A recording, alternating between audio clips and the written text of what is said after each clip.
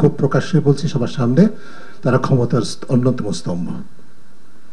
যারা 5 আগস্টের মানে জুলাই আন্দোলনে নিজেদেরকে বিজয়ী ভাবছেন, ক্ষমতার স্তম্ভ হিসাবে এসছেন, তাদের মধ্যে অন্যতম তারা। যে কারণে যেরকম সাভিয়ার কাছ থেকে যেটা শুনলাম, আজকে নারী কমিশন বাতিল করতে হবে শুধু না, যে ধরনের অকথ্য ভাষায় এই দাবি উত্থাপন করা হচ্ছে এবং সবার সামনে নারীর প্রকৃতিকে যেভাবে ফেসবুকে ছড়িয়ে দেওয়া হলো, নির্যাতনের তথাকথিত মানে ইয়ে করে অপমান করে, সেটা কোনো সভ্য দেশে হয় না।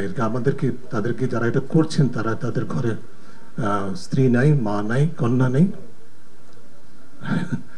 তারপর এরা করছেন। সরকার, অন্তর্বর্তীকালীন সরকার, যে রাষ্ট্র সংস্কারের দায়িত্ব, তারা কিন্তু এই বিষয়টা নিয়ে একটিবার মুখ খুলে নেয়, অন্তত আমি দেখি নেই।